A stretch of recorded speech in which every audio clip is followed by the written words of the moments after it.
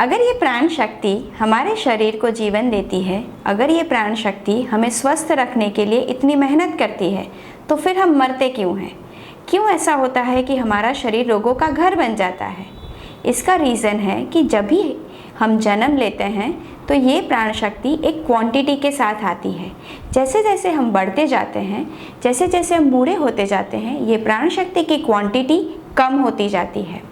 यहाँ तक कि ऐसा होता है कि हमारे ग्रोथ में यह प्राण शक्ति खर्च होती है। हमारा रूटीन संभालने में यह प्राण शक्ति कम होते होते बुढ़ापे तक बहुत ही कम हो जाती है।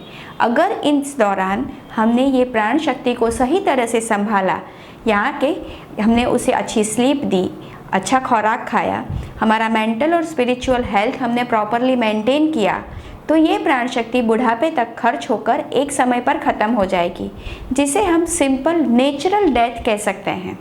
लेकिन अगर हमारी जीवन काल में हमने कुछ ऐसी चीज़ों को फॉलो करना शुरू किया जो खुराक ठीक नहीं है, या हमने कम खाना खाया, या फिर हमारी स्लीप पैटर्न डिस्टर्ब हो गई, बहुत ही ज़्यादा मेंटल स्ट्रेस और कुछ ऐसी चीज़ों को हमने अपनाया जहाँ प्राण शक्ति के लिए ज़रूरी एनवायरनमेंट ख़त्म हो गया, तब प्राण शक्ति को अपना काम भी करना है और इन सारे हानिकारक चीज़ों से शरीर को बचाना भी है।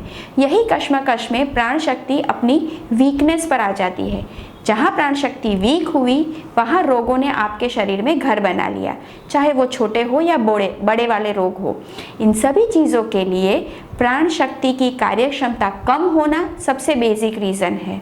अब इस प्राण शक्ति को किस तरह से मेंटेन करें, या फिर किस प्रकार के रोग होते हैं जहां प्राण शक्ति लड़ती है, और जिस समय प्राण शक्ति इन रोगों से लड़ती है, हमारा शरीर उसके लिए क्या रिस्पॉन्स देता है, इन सभी चीज़ों को जानने के लिए stay tune with healing hands of homeopathy, doctor Divya वीन, योर होम्योपैथ।